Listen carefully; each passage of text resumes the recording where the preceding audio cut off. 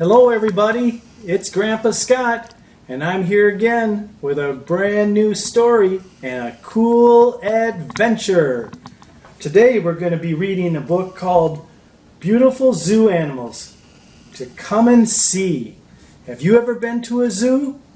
I hope so. They are so much fun. So today we're going to look at some of the animals that you might see at the zoo. So let's look right at this book, and you can see Grandpa's all ready. He's got his safari shirt on and his safari hat, and even a little visitor has climbed aboard for this story. Mr. Monkey. He'll have to go back to the zoo when we're all done. Well, let's go into the story, kids, and see what it's all about. Look at that big toucan. He is a big bird and colorful beak. It says, beautiful zoo animals to come and see. Polar bears are independent and usually like to hunt and wander alone. They can grow up to 10 feet tall and weigh as much as 1,000 pounds. That is huge.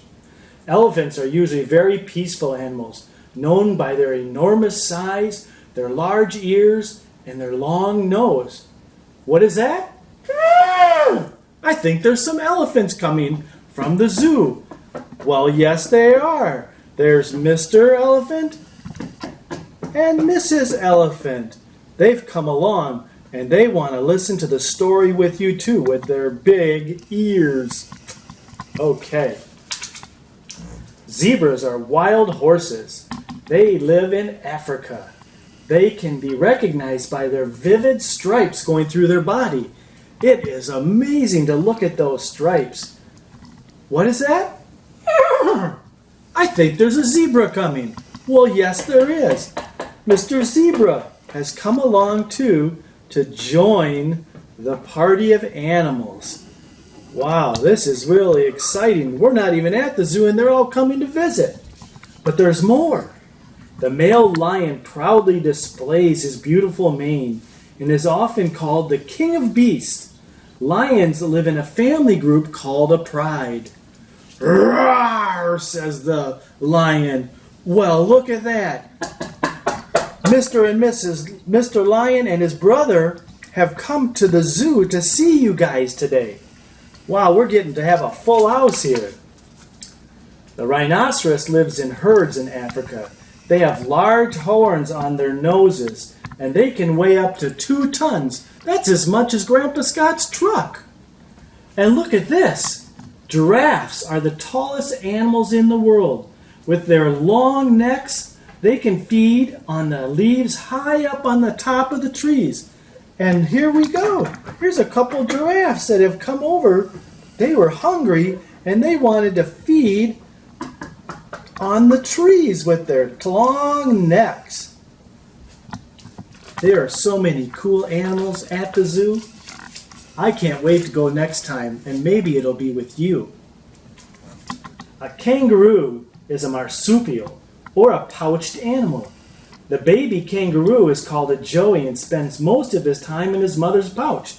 That's kind of like Mr. Monkey. He's kind of in the pouch of my shirt pocket. And he's doing the same thing as a little baby kangaroo. But then at the zoo, tigers can live in many different climates and are excellent swimmers. Their stripes help them camouflage them in the brush so they can hunt their prey without being seen. Oh, and they have a tremendous roar in the woods. And then there's the sea lions. Once you get over by the water part of the zoo, the sea lions spend their time swimming and eating fish. They make loud noise and sounds like barking. Well, look at that. Mr. Seal has joined in with the rest of the group. He's really a good swimmer. And there's Mr. Toucan. He's back again, perched on another tree branch. Maybe, well, I don't see him, but might be up there by the giraffes. Toucans have very large, colorful beaks used for feeding on fruit and insects. Although they may look awkward, their beaks are actually very light and very strong. And then up in the trees you might spot one of these. The spots in a leopard's coat are called rosette. Even black leopards, called panthers, have subtle spots on their beautiful coats. Grrr! Oh my, the leopard has jumped up on top of the tree. I hope he's a good climber. He could fall off very easy. Pandas are part of the bear family, and they will rest during the day and feed at night on bamboo shoots. They're very cute and cuddly, aren't they? But they're really not. They're a wild animal. And then there's one of my favorite. That's the hippopotamus. The hippopotamus spends most of his days floating in the water to stay cool. And at night he will come out to feed on the grass and the plants. Do we have Mr. Hippopotamus? Where could he be? Come on, Mr. Hippo. Oh, here they are. It's Mama Hippo and Baby Hippo. They've come out to see you guys today too. Wow, this is a great zoo trip that we're having today. Camels with 2 humps like a dry climate, and they drink very little water. They have thick, shaggy coats to help keep them warm. 1 hump or 2, says the camels at the zoo. And the last one that was at the zoo in the book today is the walruses.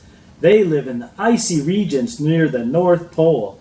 They use their large tusks to scrape food from the ocean floor.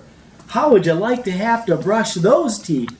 Wow, he would need quite a big toothbrush. Well, that brings us to the end of the story. The beautiful zoo animals come and see. Now you know what this means. It's time to go outside and have some fun because our story is all done. Bye.